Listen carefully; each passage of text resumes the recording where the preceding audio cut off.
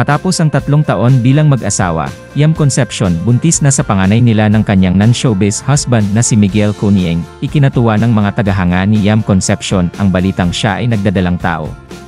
Sa pamamagitan ng isang Instagram post, ibinahagi ni Yam ang tungkol sa kanyang pagbubuntis sa anak nila ng kanyang asawa na si Miguel Conieng.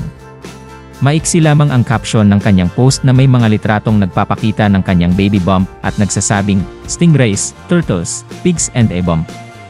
Samantala, nagpahayag ng kanyang damdamin si Miguel sa isang mensahe, kung saan sinabi niyang si Yam ay ang katuparan ng kanyang mga pangarap at sinabi niyang maswerte siya.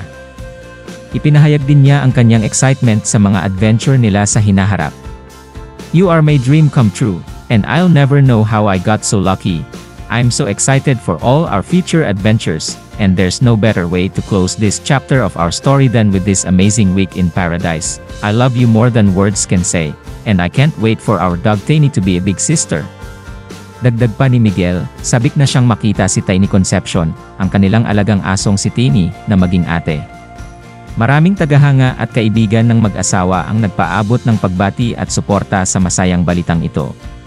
July 24, 2021 nang ikinasal sila Yam at Miguel sa Amerika.